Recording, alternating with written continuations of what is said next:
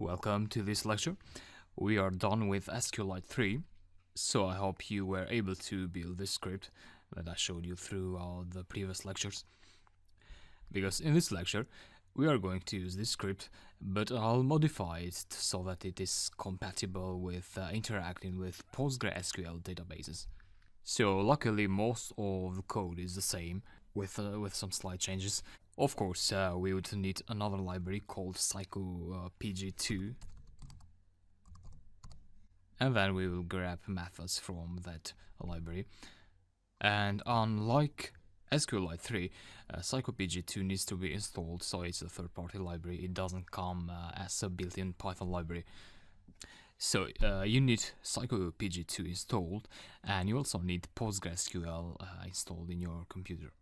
So in this lecture, I would like to show you how to install PostgreSQL and Psycopg2 as well. Alright, this is the official webpage of PostgreSQL, and you can just go to downloads, just here or down here, and then you want to find your operating system. So PostgreSQL works on Mac, Linux and Windows, Solaris as well.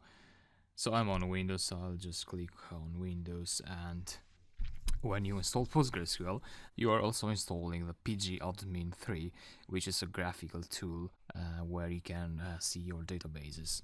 If you're familiar with MySQL, pgadmin is equivalent to PHP MyAdmin. PostgreSQL also comes with a stack builder, which is a package that you can use to download and install other PostgreSQL extensions. So let's say you want an extension for spatial data, so to store spatial data in PostgreSQL so that you can use it for JS applications. So there's an extension for that called PostGIS. So anyway, I'll show you how to install extensions. First, you need to download PostgreSQL, and I am on Windows, so I'll click this, and I'll wait a while until my download finishes. So I'll quickly go through the installation process.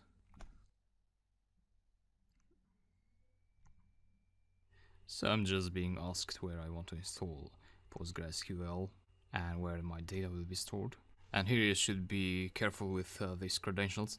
So your super user, the ones who have most of the privileges to your databases, and your super user name is Postgres, and I would actually like to create a simple file.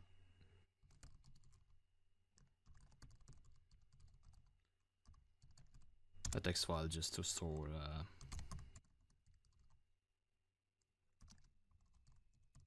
my credentials.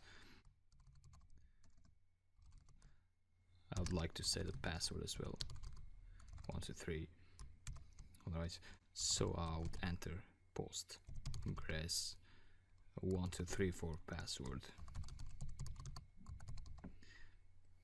Then next, this is the port of your server, of your database server.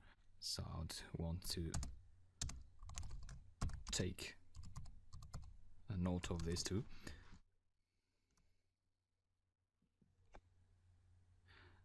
This is about your local settings, so I'll just leave this default. And you'll just have to wait a while until the installation finishes.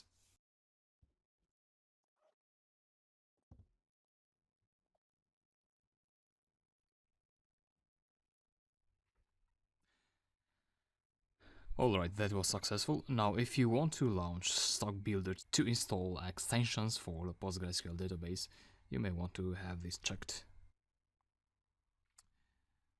So this is my database server. And here you have a bunch of extensions that you may want to install. For example, spatial extensions. And you have PostGIS for 32-bit and for PostGIS for 64-bit. If I click next, this tells me that they need one package at least to be installed. So let me just install PostGIS. Alright, agree to the PostgreSQL license and then just go next. This is asking me about GDAL, which is another interface for GIS data. Alright, that was how to install external extensions. If you want to go back to Stack Builder later, your Stack Builder should be here. Or you can just go to PostgreSQL, and here you have pgadmin as well, and here is the application Stack Builder. Alright, but if you want to work with Python, you want to access the PostgreSQL databases through Python, so you don't have to interact with these applications here. The way to interact with PostgreSQL with Python is by installing Psycopg2. And you can install Psycopg2 with pip. However, you may run into problems because Psycopg2 is written in C, so you need a C compiler installed in your system. On Windows at least, you will not have this problem on a Mac and a Linux, I'm quite sure. The solution to this, actually there are a few solutions. One of the solutions is that you may want to install Visual Studio on your Windows machine, but that's quite a big program, and I wouldn't want to install that. So the second solution, which I prefer the most, is to use precompiled Python libraries.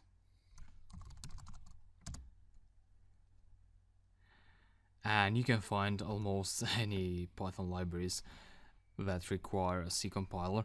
You can find those libraries in this page, served by Christoph Goldke. So we're looking for Psycopg2.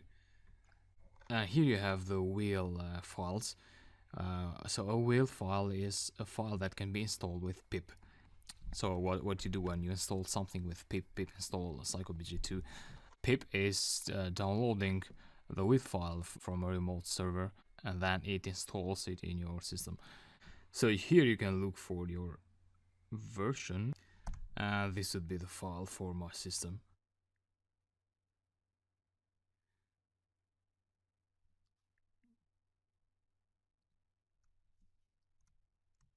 So I'll just get this from here and paste it in here so that I can access it from the Atom command line. So here is the file that I just downloaded. So just go ahead and pip install, and then you need to point to the will file. So .will. Alright. And that was successfully installed. I can quickly check if that is available. And it seems to be working. You can also check the version of your library if you want. So it's 2.6.1. Alright, so in the next lecture, we will connect to the database, to the PostgreSQL database, and then we'll be creating tables and inserting data, viewing, deleting, and updating them. So let's move on.